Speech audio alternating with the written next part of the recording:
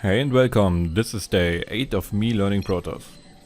So over the last week I took a little bit of a break as I caught a cold and didn't feel well, so I didn't play much SE2. And this was one of my first, I think it was even the second game I played this week. It was a PvP against Diamond Protoss, which went okay. I did a lot of mistakes that I don't normally make anymore. I think those mistakes were probably mostly because being rusty with not playing for a week. What I wanted to talk about in this video is playing standard and defeating your opponent by making less mistakes than he does. So this is not me playing good in this game, it's rather that he makes more mistakes than I do, which in the end, spoiler alert, will win me this game. But we will see. The plan was to go for a quick nexus and then into a warp gate expand. But the first mistake I make is forgetting my cyber core, which is in PvP is pretty huge. But my opponent went for a greedy opening himself, I think. At least he didn't attack me. I haven't watched the replay yet from his point of view. I want to talk only about my view, as I don't want to spoil myself with seeing his mistakes. So I'm talking in this video generally only what I see, what my opponent makes, and reacting to his mistakes. As I said, warp gate. I went for a double warp gate before cybercore, which is okay, as long as you don't squeeze in another pylon before building the cybercore, which I did in this game. But thankfully my opponent didn't attack me.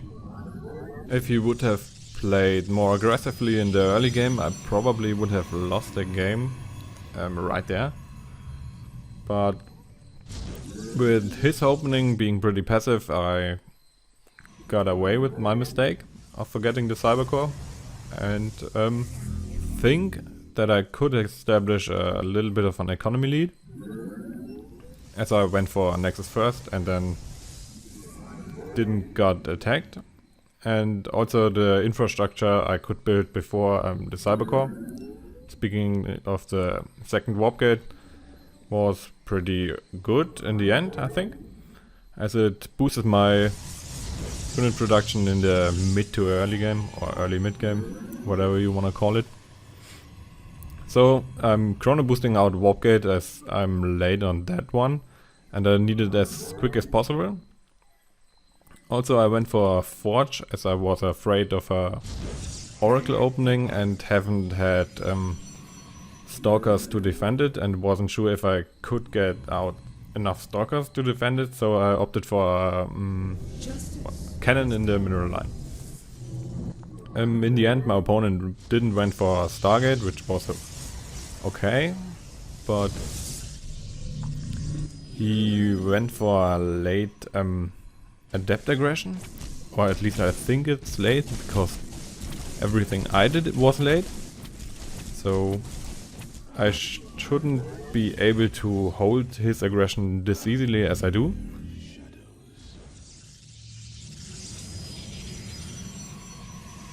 There they come. So I got 3 zealots and 2 stalkers and a mothership core, and my opponent didn't got much damage done. I think he maybe killed 4 probes or so.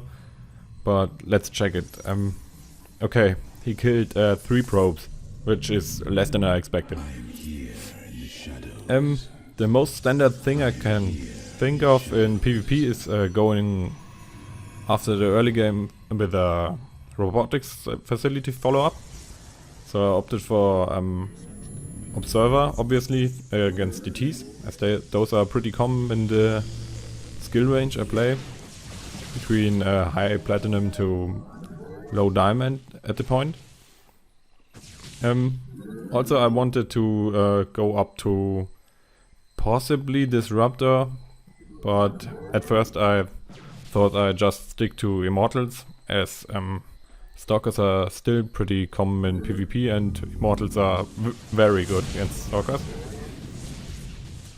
I sent out my units I had to scout my opponent, which was a little bit of a mistake as I overextend and lose all my zealots. But can save the Stalkers, which is the important and the expensive part. Also, I see that my opponent went for Blink, which is a pretty good scouting information. So I think knowing that he went for Blink is pretty much worth the 3 zealots, if you can count it up this way. So I know my opponent had no third base, but was about to expand, as there was a probe at his third base location. So I went for third base as well, and a lot of Stalkers to defend it, as I know what his idea is, at least. With the Blink-Stalkers, I know that he wants to be aggressive, at least, or poke with the Blink-Stalkers. And there they are. So he has about the same amount of Blink-Stalkers as I have regular Stalkers, which would be bad for me, but I got the additional Immortal, which helps me out a ton, as he can provide the necessary damage to deal with those Blink-Stalkers.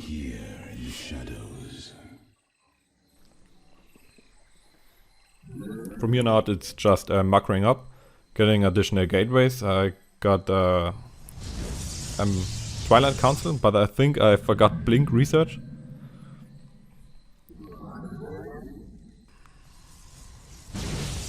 Here my opponent comes again and takes down a pylon, and with his move to the right I get the idea, or at least I think I know that he wants to blink up in my main base, and try to prepare for it, as the most important part of this blinking up, I guess, is a flying unit that can spot on the high ground. So I built a cannon to snipe his observer if he got one, and move my army to the right. So he has an observer right there, but didn't blink up. This was a pretty big mistake, as my whole army was on the low ground and I was pretty defensive in the main base. But my opponent decided to walk home, which was a mistake. So he could have blinked up in the main base and could have done a lot of damage. So from here on out I think I got a lot of Stalkers and Immortals. So I just poke and see if I can get any damage done. And as I see, here has no, or just one Immortal, which leaves me okay with engaging, as even the Mothership Core and the Photonova charge is not really effective in this attack. So I think I can go for the kill, but the biggest mistake I'm making here is not warping in units. As you might have noticed, I got no forward pylon and have to warp in at my third base location and walk the Stalkers all the way across the map.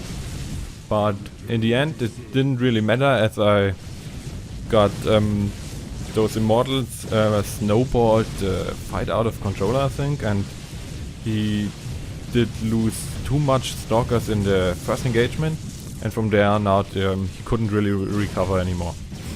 So my opponent tries a desperation move with warping in DTs, but I got an observer and that's the end of the game. So this game was okay for being rusty and not playing for a week, but I definitely made a lot of mistakes. Anyways, that's about it for this video. So thanks for watching, and maybe see you in the next one.